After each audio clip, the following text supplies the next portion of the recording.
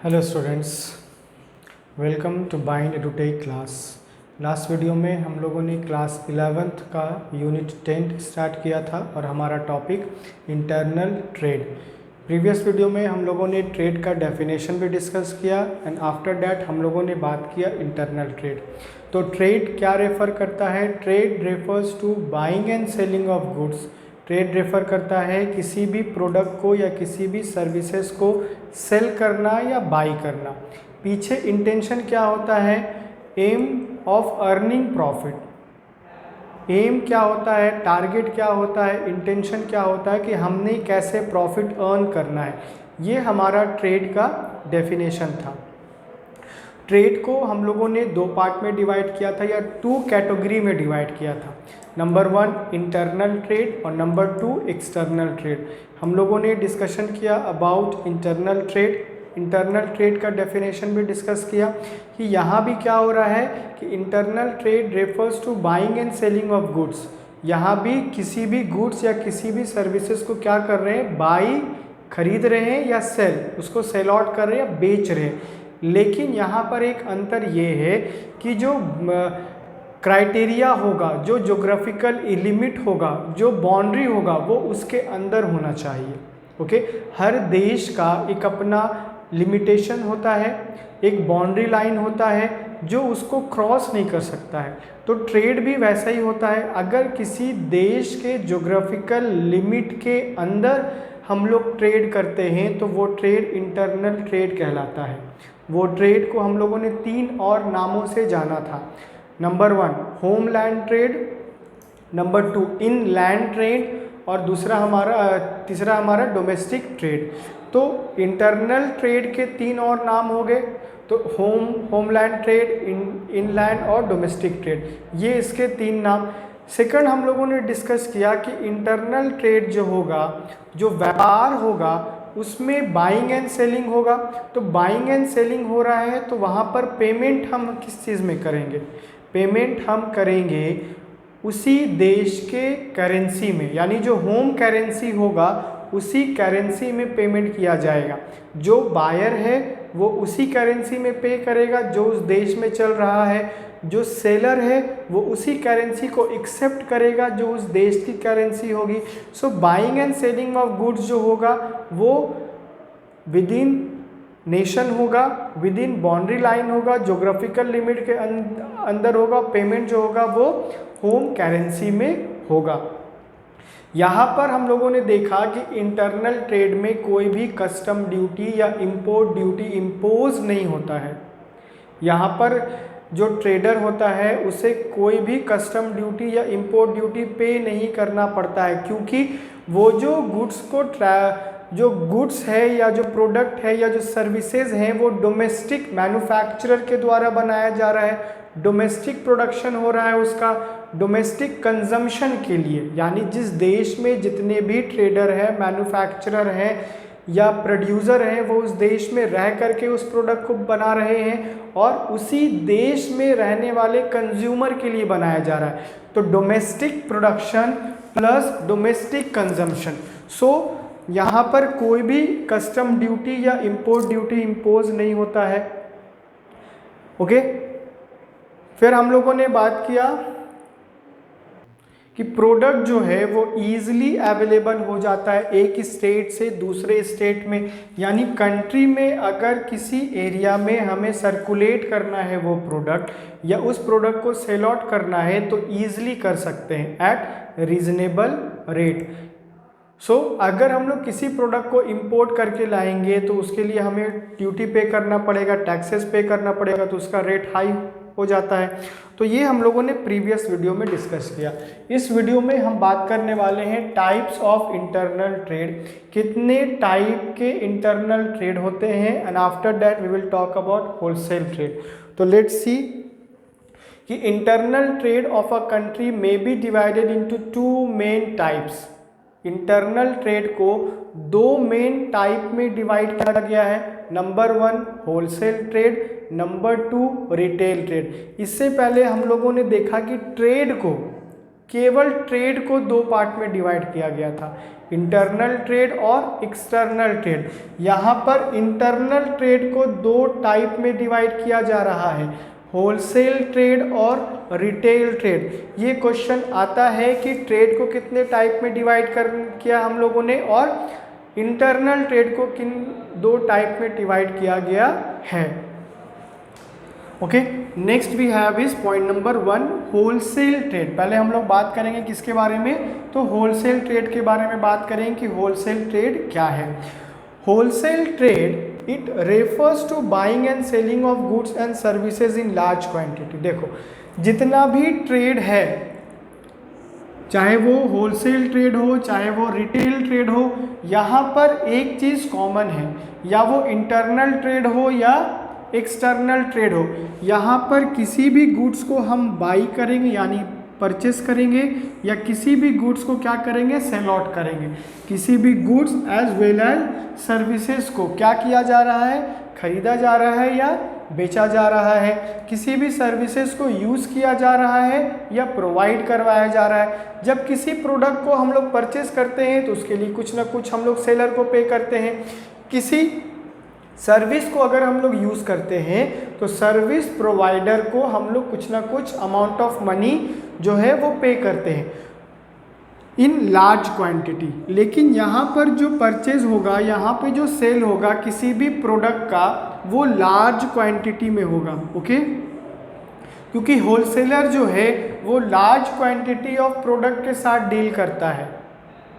जब भी क्वेश्चन आएगा कि होलसेलर जो है वो किस क्वांटिटी में गुड्स को परचेज करेगा, so the answer is large quantities. Bulk में परचेज करता है वो large quantities for the purpose of resale. Purpose क्या रहता है उसका, रीसेल करने का पर्पस रहता है। अब यहाँ पे जो होलसेलर है वो खुद तो किसी भी प्रोडक्ट को मैन्युफैक्चर नहीं कर रहा है। प्रोडक्ट को मैन्युफैक्चर कौन कर रहा है, प्रोड्यूसर कर रहा है, जिसे हम मैन्युफैक्चरर भी बोलते हैं। मैन्युफैक्चरर क्या कर रहा है, किसी भी गुड्स को प्रोड्यूस कर रहा है। ठीक है, तो वो प्रोड्यूस कर रहा है तो किसके रिक्वायरमेंट के आधार पर, जितने भी कस्टमर्स हैं मार्केट में, जितने भी कस्टमर्स अवेलेबल हैं उनका रिक्वायरमेंट कौन पूरा करेगा, तो प्रोड्यूसर पूरा करेगा। अब यहाँ का इंफॉर्मेशन यहाँ तक रीच करवाना है। क्या प्रोड्यूसर एक ही बार प्रोड्यूस करके कस्टमर को ला करके रख देगा सारा का सारा प्रोडक्ट, या मार्केट में सारा का सारा प्रोडक्ट वो अवेलेबल करवा देगा। आज उसने अपने प्रोडक्शन हाउस में प्रोडक्शन किया और कल उसने मार्केट में सप्लाई कर दिया, यानी हर सेलर के पास वो प्रोडक्ट पहुंच गया, ऐसा तो नहीं होता। तो कैसा होता है कि जैसे ही मैन्युफैक्चरर ने किसी प्रोडक्ट को प्रोड्यूस किया और उसके बाद वो किसे सप्लाई करता है, तो लार्ज क्वांटिटी में होलसेलर को सप्लाई करता है for the purpose of resale. यहाँ पर होलसेलर जो है वो लार्ज क्वांटिटी में या बल्क में मैन्युफैक्चरर से प्रोडक्ट को परचेस कर लेता है और फिर वो उसे रीसेल कर देता है, बेच देता है, या वो इंटरमीडिएटरी बन जाता है। ठीक है, the trader who deals in wholesale trade are known as wholesaler. वो ट्रेडर जो होलसेल ट्रेड करता है उसे हम क्या बोलते हैं, होलसेल ट्रेडर बोलते हैं। तो वैसे ट्रेडर जो गुड्स को लार्ज क्वांटिटी में परचेस करते हैं और स्मॉल लॉट्स में सेल आउट कर देते हैं, हम उन्हें होलसेलर बोलते हैं। Okay, next, wholesaler by the goods directly from manufacturer. हमारा जो होलसेलर है वो डायरेक्टली गुड्स को परचेस कर लेता है, डायरेक्टली गुड्स को खरीद लेता है, किससे, मैन्युफैक्चरर से। तो मैन्युफैक्चरर जो है वो डायरेक्टली कनेक्टेड किससे हो गया। यहाँ पर हम लोगों को एक बात और पता लगा कि जब होलसेलर जो है वो डायरेक्टली गुड्स को परचेस कर ले रहा है मैन्युफैक्चरर से, तो डायरेक्ट लिंक है किसके बीच में, मैन्युफैक्चरर और होलसेलर के बीच में। मैन्युफैक्चरर इन बल्क, वो बल्क में परचेस कर लेता है, यानी जितना मैन्युफैक्चरर ने प्रोड्यूस किया वो उतना उसे परचेस कर लेता है।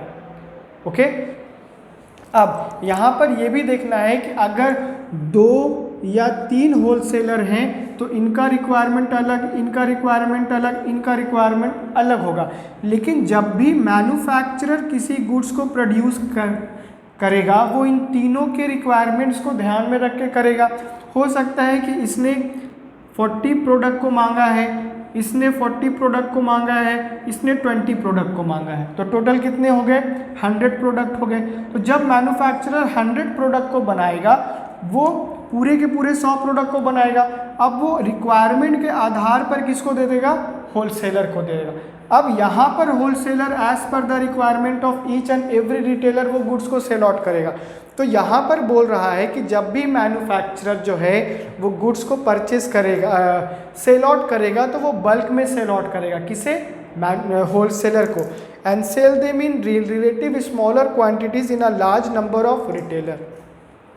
हमारा जो होलसेलर है वो बल्क में गुड्स को परचेस करता है, किसके पास से? मैन्युफैक्चरर के पास से।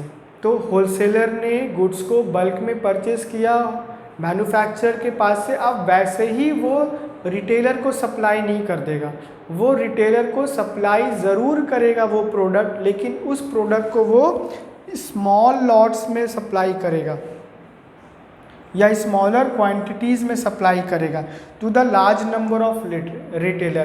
क्योंकि एक होलसेलर के पास बहुत सारे रिटेलर आते हैं, रिटेलर 1, रिटेलर 2, 3, 4 ETC, यानी बहुत सारे रिटेलर्स आ रहे हैं किसके पास? एक होलसेलर के पास। तो एक होलसेलर जब भी मैन्युफैक्चरर को वो ऑर्डर देगा तो वो कैलकुलेट कर लेगा नंबर ऑफ रिटेलर्स के डिमांड को।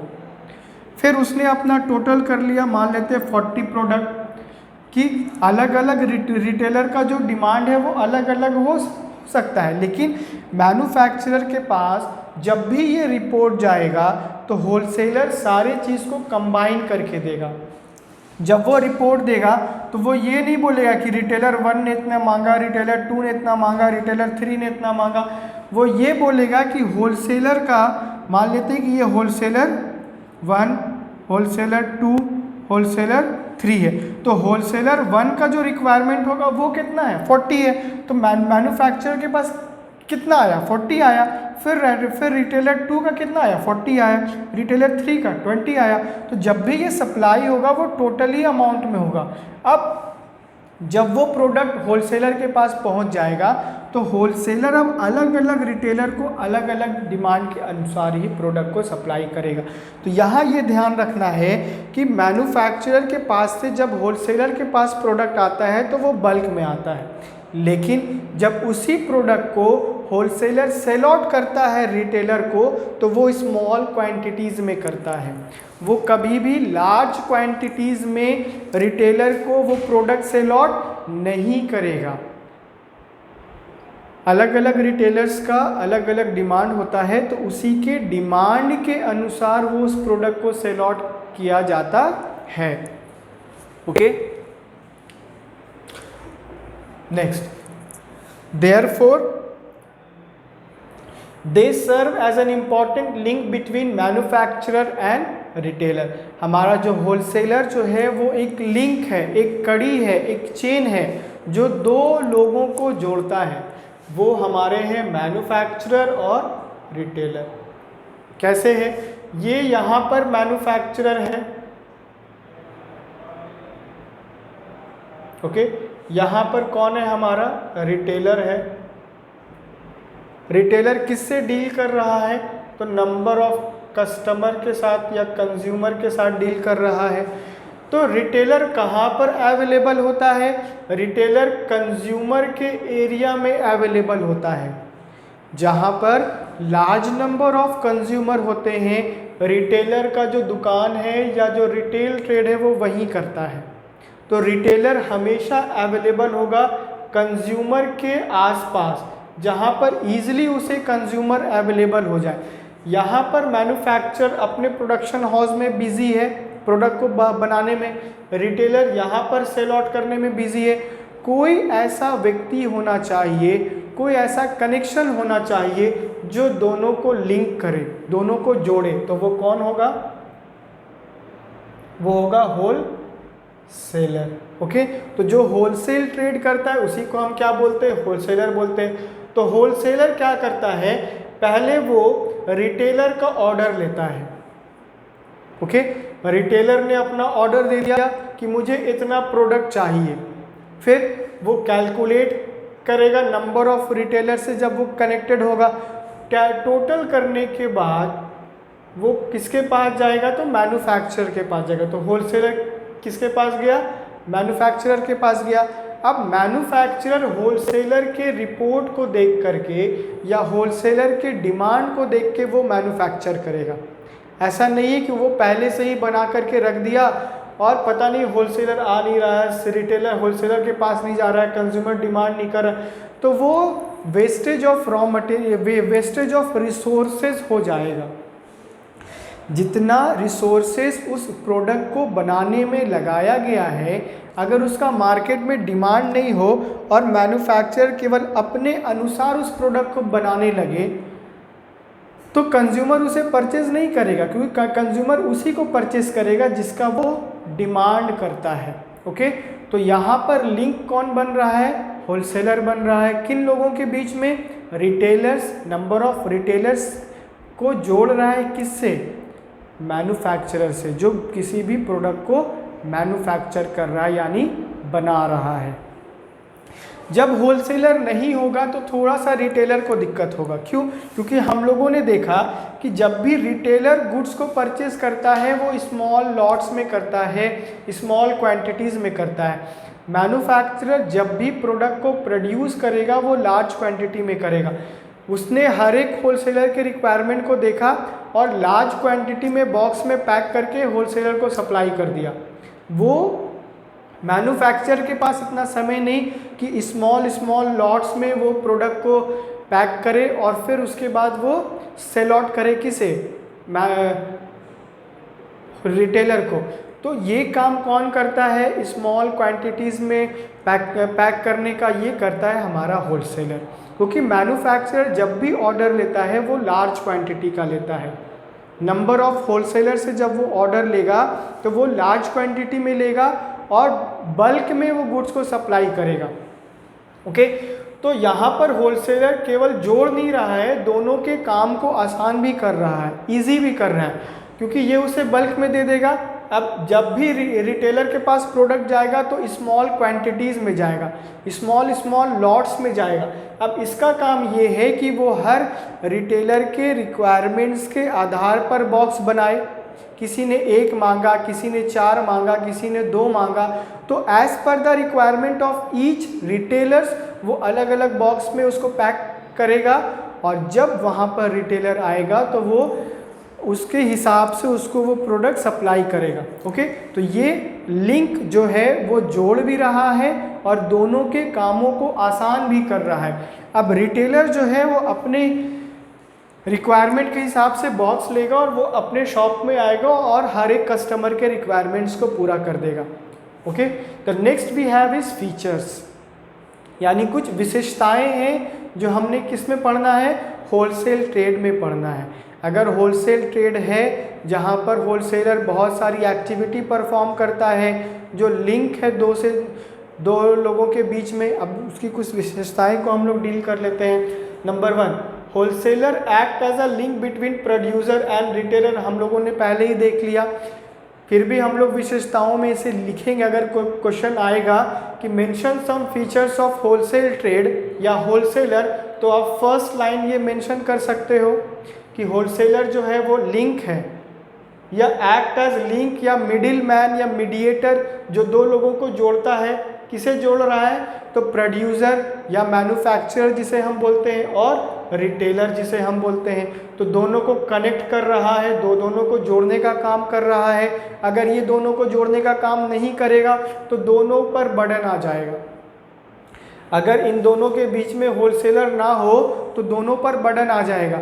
ये आएगा कि प्रोड्यूसर को स्मॉल लॉट्स में गुड्स को पैक करना पड़ेगा, ये एक्स्ट्रा काम हो जाएगा।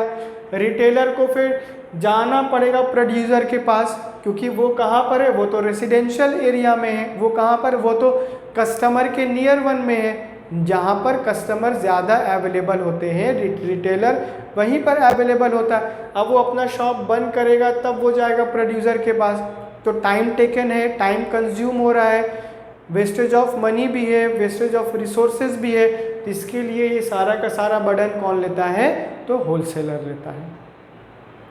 Next, wholesaler deals with large quantities of product. कोई भी होलसेलर हो या किसी भी प्रोडक्ट के साथ जब वो डील करता है तो वो डील करता है लार्ज क्वांटिटी के साथ।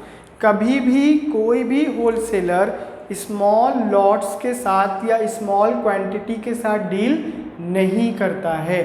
Wholesaler deals with large quantities of goods, क्योंकि जब भी वो मैन्युफैक्चरर को ऑर्डर देगा वो ऑर्डर लार्ज क्वांटिटी का देगा, और मैन्युफैक्चरर कभी भी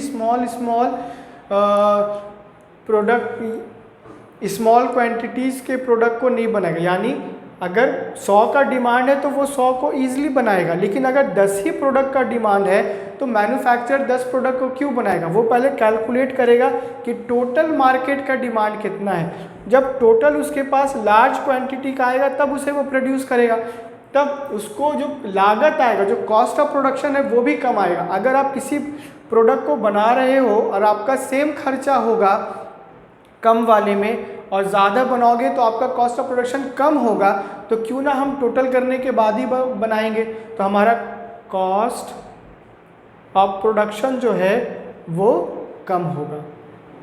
next, wholesaler generally sells good in small lots. जितने भी होलसेलर हैं वो सेल करता है, यहाँ पर परचेज नहीं कर रहा है। अगर यहाँ मेंशन रहता कि होलसेलर जनरली परचेज करता है गुड्स को तो होगा वो लार्ज क्वांटिटी या बल्क में, लेकिन यहाँ पे बोल रहा है कि wholesaler generally sell goods in small lots, यानी छोटे छोटे बॉक्स में, छोटे छोटे स्मॉल लॉट्स में वो क्या करता है? गुड्स को सेल आउट करता है। किसे सेल आउट करेगा वो?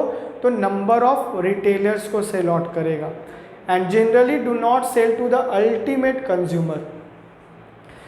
होलसेलर जनरली डील करता है स्मॉल लॉट्स में और जनरली सेल आउट करता है अपने प्रोडक्ट को, किसको? रिटेलर को। लेकिन कभी कभी ये होता है कि वो कंज्यूमर को सेल आउट कर दे, कभी कभी एक्सेप्शनल केसेस में, लेकिन जनरली ऐसा नहीं होता है, क्योंकि होलसेलर जो है वो डायरेक्टली लिंक किससे करता है? रिटेलर से करता है, क्योंकि रिटेलर जो है वो कंज्यूमर के मुकाबले ज़्यादा प्रोडक्ट परचेस करेगा। एक कस्टमर जाएगा तो वो 1 से 2 प्रोडक्ट ही परचेस करेगा, ज़्यादा प्रोडक्ट परचेस नहीं करेगा। लेकिन जब हमारा रिटेलर जाएगा या जब रिटेलर जाएगा होलसेलर के पास, वो बहुत सारा प्रोडक्ट परचेस करेगा। अगर हम कंपेयर करेंगे किससे? होलसेलर से। अगर मिस्टर ए जो है वो होलसेल कंज्यूमर है, वो होलसेलर के पास जाएगा तो 1 या 2 प्रोडक्ट ही लेगा। एक तो उसका रिक्वायरमेंट है, हो सकता है वो 2 ले ले एक्सेप्शनल केसेस में, लेकिन रिटेलर जो है वो हमेशा ज़्यादा प्रोडक्ट लेगा। किसके कंपैरिजन? कस्टमर के कंपैरिजन। किससे लेगा वो? तो होलसेलर से लेगा, क्योंकि उसके पास एक कस्टमर नहीं आता है, नंबर ऑफ कस्टमर्स आते हैं, बहुत सारे कस्टमर्स आते हैं। मान लेते हैं कि जिस एरिया में हमारा रिटेलर है,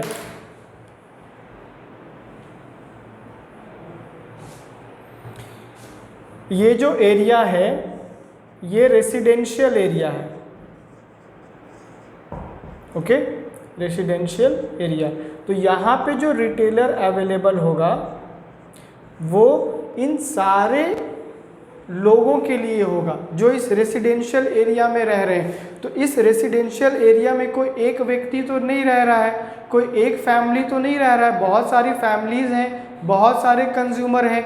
तो रिटेलर जनरली डील करेगा नंबर ऑफ कस्टमर के साथ, यानी बहुत सारे कंज्यूमर के साथ। तो ये हमेशा ज़्यादा लेगा होलसेलर के पास से अगर हम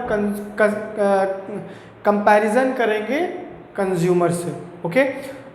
generally do not sell to the ultimate consumer, लेकिन जनरली वो सेल आउट नहीं करता है कंज्यूमर के साथ। लेकिन एक्सेप्शनल केसेस में अगर कोई कंज्यूमर पहुंच गया, कोई उसके जानने वाला है या उसने बहुत जा कर के रिजिड होकर के मांग लिया तो वो उसे एक आध पैकेट दे देता है, लेकिन जनरली ऐसा नहीं होता है, क्योंकि अगर होलसेलर ने वैसा किया तो वो जो रिटेलर से उसका टर्म्स है वो हो सकता है ख़राब हो जाए, लेकिन जो प्रोडक्ट है वो उसमें थोड़ा सा मिसमैच हो जाए, क्योंकि मैन्युफैक्चरर जब भी प्रोडक्ट को बनाता है तो लार्ज क्वांटिटी में सेम प्रोडक्ट को बना रहा है। अगर पैकेट से एक दो बॉक्स निकल गया तो वो थोड़ा सा मार्केट में प्रोडक्ट को सेल आउट करने में दिक्कत होता है। तो जनरली ऐसा कोई भी होलसेलर नहीं करता है, एक्सेप्शनल केसेस में हो जाता है, हम एक्सेप्शनल केसेस को छोड़ भी नहीं सकते, उसको भी लेकर के चलना है। Okay, next we have is point number 4।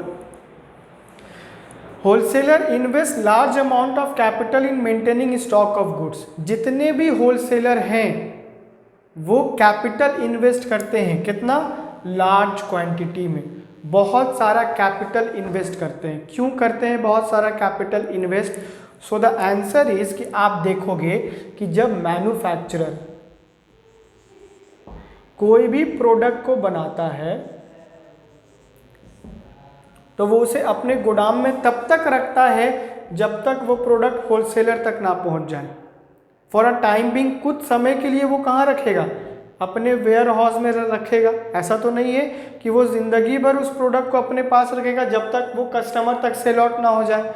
Manufacturer का काम है प्रोडक्ट बनाना, अब प्रोडक्ट बनाने के बाद सप्लाई कर देना होलसेलर का। तो होलसेलर को वो प्रोडक्ट अपने पास रखने के लिए क्या चाहिए होगा? गोडाउन चाहिए होगा, वेयर हाउस चाहिए होगा, जहाँ पर वो बहुत सारे प्रोडक्ट को स्टोर कर पाए। अब इस वेयर हाउस से वो number of retailer 1, retailer 2, retailer 3 et cetera number of retailer को सेल आउट करेगा, और यहाँ पर वो स्टॉक भी मेंटेन करता है। हो सकता है कि रिटेलर 1 ने जितना ऑर्डर दिया वो उससे प्लस मांगने आ जाए, दोबारा आ जाए, तो फिर वो मैन्युफैक्चरर के पास तो जाएगा नहीं कि भैया फिर से मैन्युफैक्चर कर दो, प्रोड्यूस कर दो, रिटेलर 1 फिर से आ गया।